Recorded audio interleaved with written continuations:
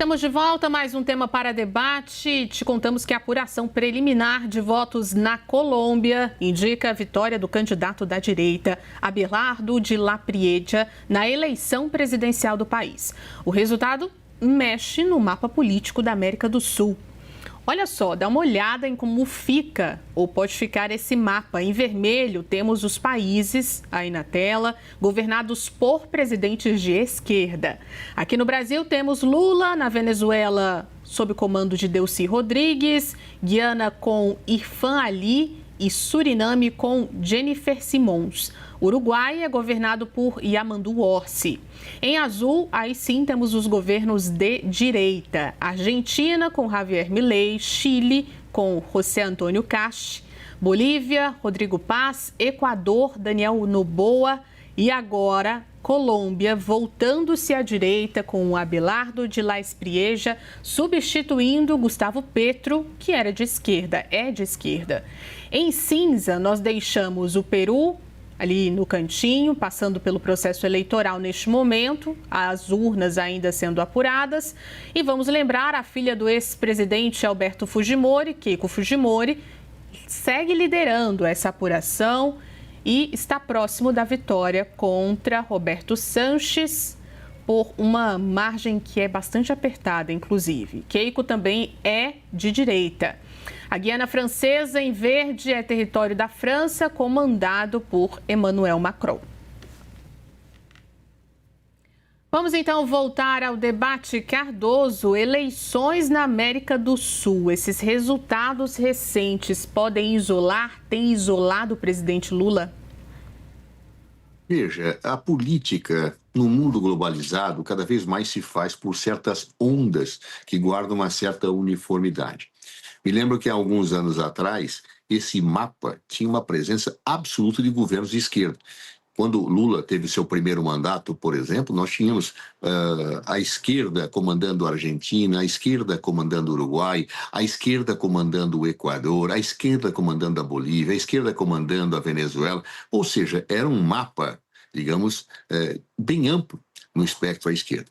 De tempos a esta parte, nós temos tido a onda da direita, que cresce e pode hegemonizar a maior parte dos países, sem prejuízo de daqui a alguns anos tudo voltar à esquerda, depois voltar à direita. São as ondas da política. O que mais me chama a atenção nessa situação atual é que a polarização entre a esquerda e a direita é uma realidade.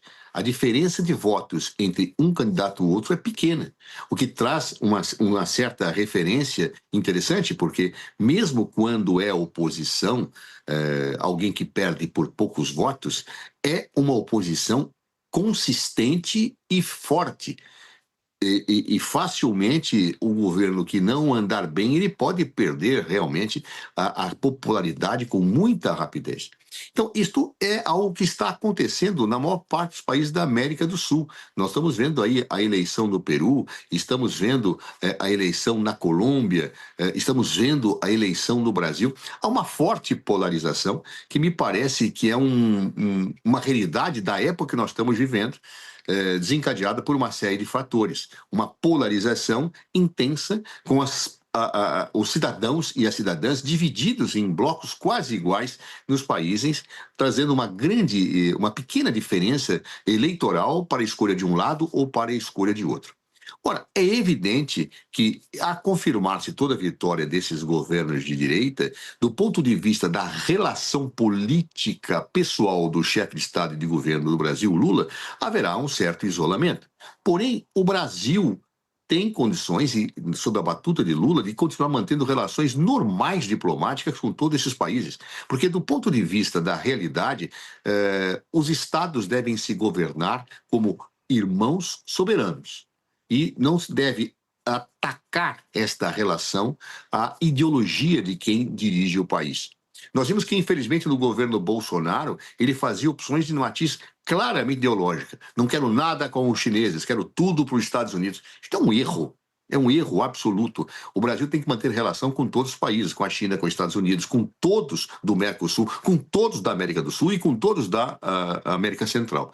Então, eu tenho absoluta certeza que Lula, embora tendo as suas preferências político-ideológicas, mas em relação ao campo da esquerda, ele vai saber perfeitamente conviver com os países que têm hoje um outro espectro. Só espero que aqueles novos governantes que sejam eleitos tenham esta mesma maturidade que o presidente Lula vem tendo ao longo do tempo, sabendo manter relações diplomáticas sem ideologizá-las, porque isso seria péssimo, efetivamente, para a América do Sul e para a América Central. Poit, concorda? Essas eleições da América do Sul podem isolar o presidente Lula? Ju, isolar, né, eu fico pensando, isolar de que forma? Isolar diplomaticamente, acredito que seja difícil, porque por mais que queiram, né, o Brasil é muito forte aqui na América do Sul. O Brasil tem o maior território, o Brasil, economia que é uma potência, assim, não dá para comparar com os outros países, extensão territorial, fronteira, acesso ao transporte marítimo aqui, por aí vai. Portanto, diplomaticamente, difícil ignorá-lo, né? Vou usar um exemplo mais que o Lula ou a turma que apoia ele, não gosto do Trump, não gosto do Trump, o Lula vai ter que ir lá e conversar com o Trump, assim, não dá para ignorar.